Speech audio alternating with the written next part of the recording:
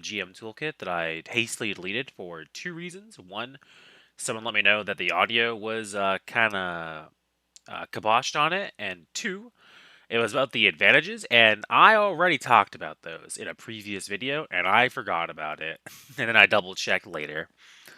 Because I'm dumb. So we're skipping all those, because we already talked about them. What is the point of this video, though, for those who, well, they didn't hear any shit, so you couldn't know what the previous video was about. So, we're in the GM toolkit for Anima Beyond Fantasy, and I'm gonna go through the GM toolkit, and I might take multiple videos to do it. I'm not quite sure yet. I'll just keep an eye on the time and see how long it takes. I don't want to make anything that's too long in a single video. But this video is going to go through the GM toolkit and describe through the ad mechanics in the GM toolkit, and basically just discussing them, talking about them, and deciding are these mechanics worth it. As a DM, should you bother with them? As a player, should you get these things? You know, it's one of those things. So let's go through it. Let's start with the style modules. Style modules and combat modules in general have always been a bit on the weenie side. I feel like the Ars Magna stuff is a much better version of what style modules probably should have been. But I find they generally add pretty boring mechanics. These style modules do try and give you more interesting stuff, but I feel like they're all really gamey things. The first one, though, is not the Graceful Parry module. What's it let you do? You add your dex characteristic score to your weapon's fortitude when you stop attacks and you block with your weapon. This is good if you want to be a duelist who has a single weapon and no shield, and you want to block still. But beyond that, I feel like you're not really incentivized to go that route because you get so many negatives to blocking with a weapon when you're trying to block a projectile, for example. Like, it's like you'll just die to anyone with a bow the moment you just don't use a shield if you're using block. There are certainly not many advantages, but I do like the existence of this graceful parry. I just wish it gave you some more benefits to blocking with just a weapon, like letting you treat your weapon as a shield, for example, so you get less penalties would be a good one, or perhaps a second module you get later on that's more expensive, if that's a bit too OP. I think that would be fine. But in its current state, I would never get it. I think it's bad. The next one is the armor reduction module. This one is the most powerful one in the game. For a style module, you pay 40 DP, you ignore 1 AT. That's pretty expensive, but if you're a weapon master, you pay 20 DP, ignore 1 DP. So, for 200 DP, you can ignore all DP. That's really expensive, but if you're a weapon master and you got some spare DP kicking around, it's pretty good just to buy a few of these, just to ignore some armor. And yeah, no, I'd recommend it. It's pretty good. If you're a weapon master, you should just get that. Blind fighting, it reduces the penalties of actions while being blown by half, no matter what level of blindness it is. It's honestly pretty good.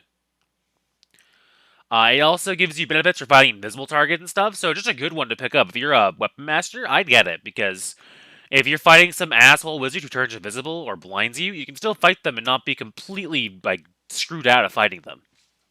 You'll still be at a disadvantage, but it won't be as bad. And it'll be nice for messing up the math of some of your enemies who rely on them being invisible.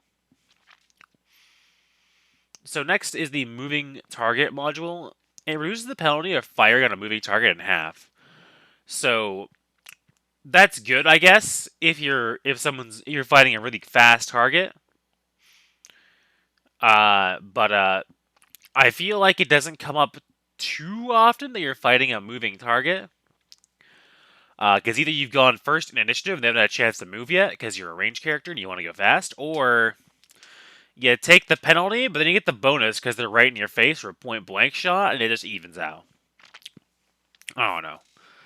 I think it's useful for sure, but I think it's a bit too expensive for its cost and what it does. The multiple target module, it means you don't suffer the -10 for switching targets when carrying out shots or throws. This is just useful for getting a -10, but it's not worth its price in DP, because if you spend 40 DP, that's like a plus 20 to attack, you just put into attack. And you're spending 40 DP to get a plus 10 to attack, effectively. It's not worth the price at all. This should be less than 20 DP. It should be like 15 DP or something, because then it's worth it. But other than that, it's not worth it. You're better off putting that DP into attack if you can. And since this is a combat module, it does come out of combat DP, so Yeah, just put that shit in attack. It's not worth it. Maybe if you're capped out on attack, like you're at 200 base, that's when you'd get the multiple target module, I guess. But before that, no point. Defense against projectiles module. When using a weapon like a double-handed one, so any two weapon, you get to block it as if you had a shield. This is really good for two-handed characters, and this does pair the graceful parry module, except I feel like it doesn't fit the same theme, because this one that you block projectiles, you need a two-handed weapon. And if you want to be a duelist, you're probably using a rapier, which is a one-handed weapon. So this module is great if you want to block with a greatsword or a similarly sized weapon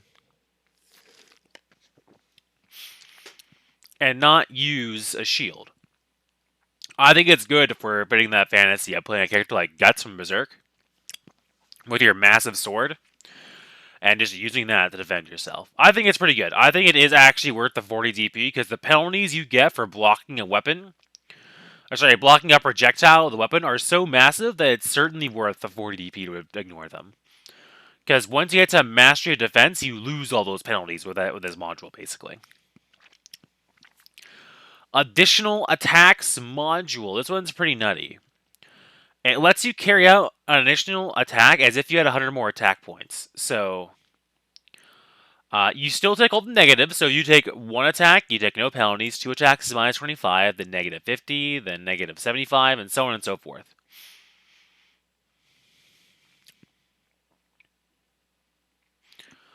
Oh wait, this alright, let's say if I have 120 final attack, I'd carry out 3 attacks. One for having more than 100 in attack, another for the next module. It's 70 to all 3 of them. Yeah, okay, just to make sure the math is right. Yeah, so 25 for all of them. This lets you make a lot of attacks, but I feel like the issue of this, although it's powerful, obviously, is it's only useful if you're Weapon Master, which that's good. Weapon Masters need modules to be good, like good modules that they can buy for cheap. But I feel like no one else would ever get this because if you're anyone else, you just make a key tech and it gives you more attacks at no penalty.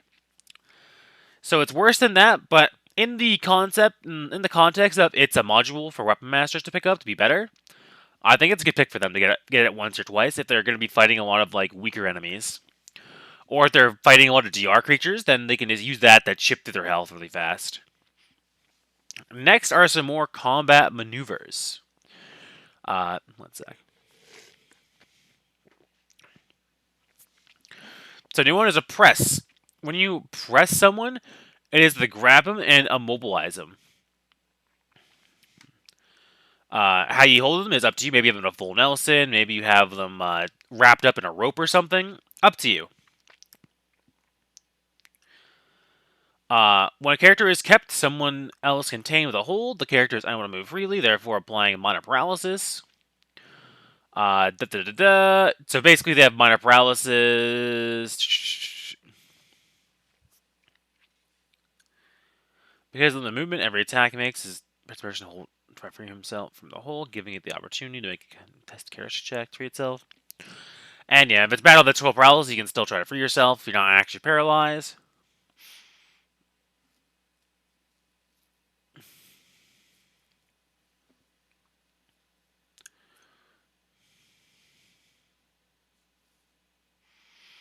And you're also allowed to make a full attack without you, the attacker, taking the paralysis penalties. Because when you're wrapping someone, you're also under the same effect as them.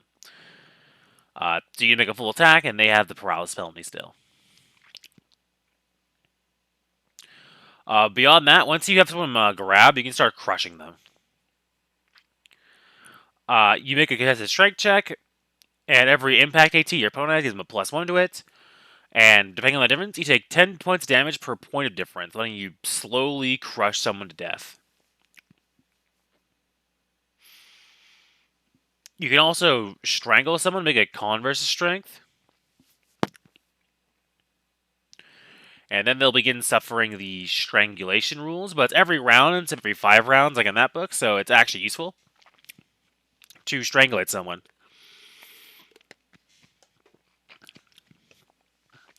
I feel like these grappling rules are very good for holding someone. And I would recommend using them, just for that fact. The next mechanic in this thing is pushing the speed of heavy weapons. What this lets you do is that it allows you to exchange your strength modifier to improve the weapon's speed. It can't make you go faster with it, it can only limit the negative values of that speed. So if you're strong enough, you can have a slow weapon become speed neutral and become a better longsword, basically. Which is really good, because there's other ways to get damage beyond having high strength. Some new stances for you. You can be on the offensive for a plus 10 to attack in exchange for a minus 30 to defense.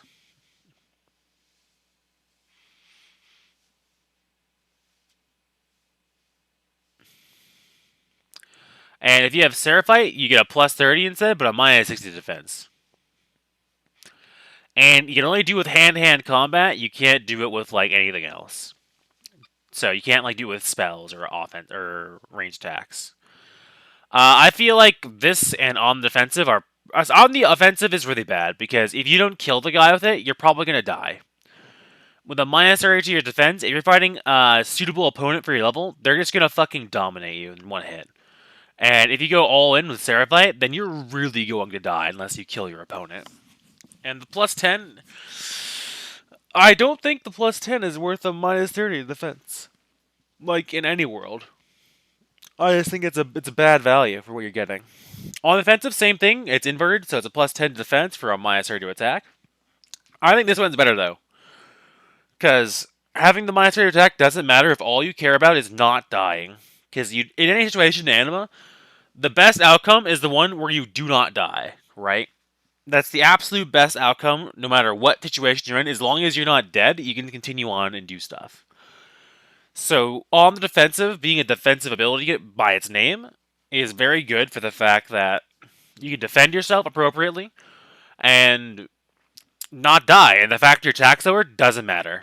Keep in mind, these modes cannot be combined with total attack or pure defense. Total attack means you had a plus 30 bonus to defense ability, but in exchange, he cannot defend yourself. So, you get a plus 30, and your defense score is a fat goose egg. You can't do shit with it. What does that mean? You're fucking dead. If you do this and do not kill your opponent or everyone around you, you will die on their next turn. So if you make total attack and then you fumble and you really biff it, you're dead, man. They're gonna destroy you. Because if your defense score is 0, all you got is RNG. You know, that's everything you got with it. So I would never ever use total attack unless you know for sure when you make your total attack that nothing could fuck you at that point. Like, total attack is a good thing to use when your enemy is completely paralyzed and he's the only one you're fighting and you're just going for the finisher hit, or he can't possibly counterattack you.